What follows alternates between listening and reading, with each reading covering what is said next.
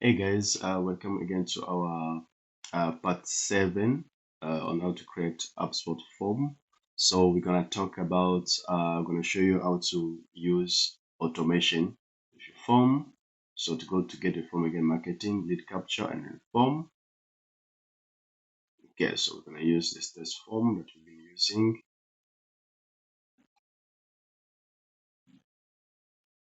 Okay, so go here, automation. So after you did, so the way that workflow works is after the form has been submitted, and then HubSpot is giving you, now is giving you kind of like a tab here where you can set some of the actions here. As you can see, need more powerful workflow, get extra action triggers, and event branch in the workflow. So there is some other limitation. So, but this one is just kind of like a basic thing that you want to do with your form after has been submitted. And then if you want like more robust way of doing that, you must use workflow tools. So the basic one here, as you can see, automate what happened after the form is submitted. Use simple workflow to take care of your follow-ups after contact engage with your form. For example, sending them a follow-up email.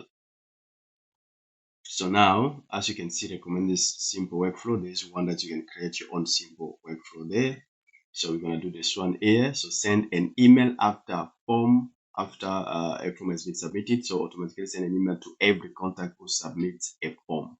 So this one is kind of like a template that they did give to you. So here, if you want to create from scratch or you want to use a template, so we're gonna use the template to create, click create this workflow.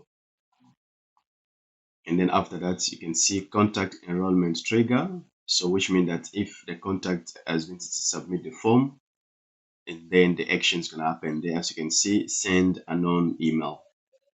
Click there, you're going to see the list of your email there. We're going to select the email, and then it can send. So here we have, for instance, like enroll contacts. So there is send to enroll contacts, which means that it's going to go directly to the person that did submit the form, or you can send it directly to one of your one of your letter for instance contact owner. But that one we have it already here under option. Yeah, so there we have send submission notification to that. You can use that for your internal team. So yeah, you can use that as part of your internal team, but here is more about sending to the to your customer. Also, okay, so you can add more actions here.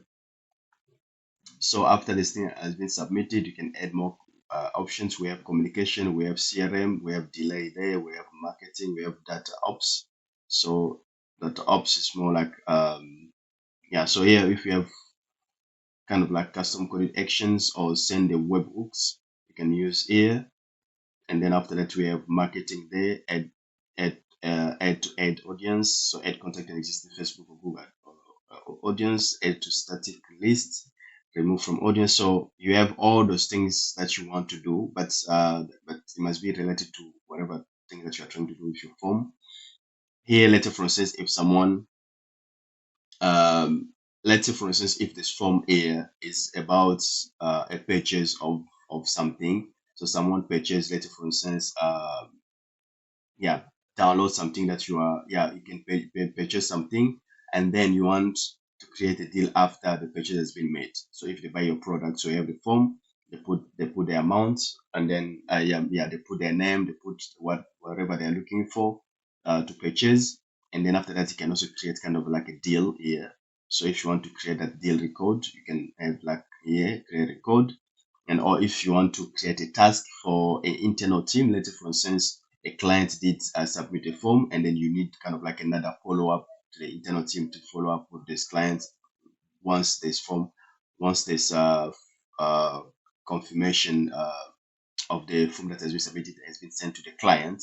And then you want, later for instance, after 2 days, the contact owner or your sales rep must follow up with the client, so you can do like create a task for them. And then you can have like rotate record to owner, as you can see there. So rotate record to owners, assign which team member should be the owner of this of this contact that is just enrolled. Yeah, so they are giving us like HubSpot's giving different way to do those kind of things. So you have here's where you do the email stuff. So you can send the email externally, and then after that internal. There for internal, there you can choose your user, you choose the team, you choose the send to existing owners, you put your subject line there, and then after that here you can use personalization token. So to use some of the personalization token, you can insert, or you can have also some of the information here. As you can see, they're giving you those other personalization token that you can try to use. Yeah, so HubSpot is giving you a lot of way to set up workflow that you can create, and yeah, that's it. So yeah, so if you want to, once if this one is good, you finish, you can turn it on, and if you want to delete this one, you click there, and then after that you delete workflow.